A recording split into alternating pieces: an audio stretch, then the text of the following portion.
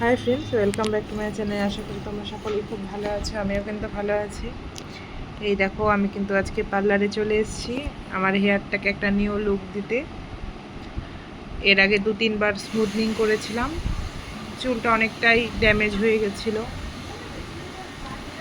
সেই জন্য আলিপুরদুয়ার এসেই আমি কিন্তু শোমিজে চলে এসেছি। এই দিদির কাজগুলো আমার বেশ ভালো লেগেছে। এবার ফেসবুকে দেখেই আমি এখানে এসেছিলাম। চলো দেখি দিদি আমাকে কী সাজেস্ট করে চুলের জন্য।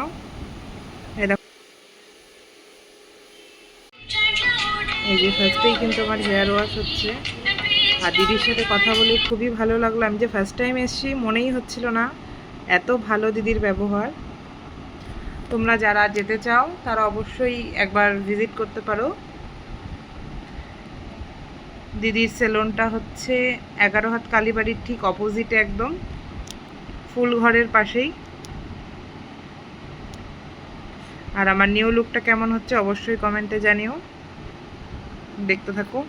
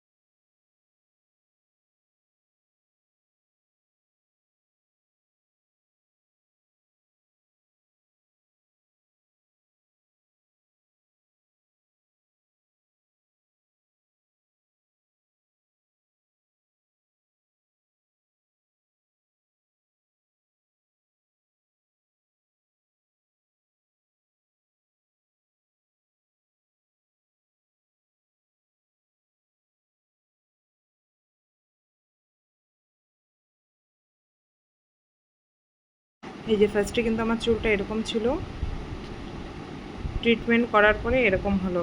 কেমন লাগছে? আমার তো খুব ভালো লেগেছে। তোমাদের কেমন লাগলো অবশ্যই কমেন্টে জানিও।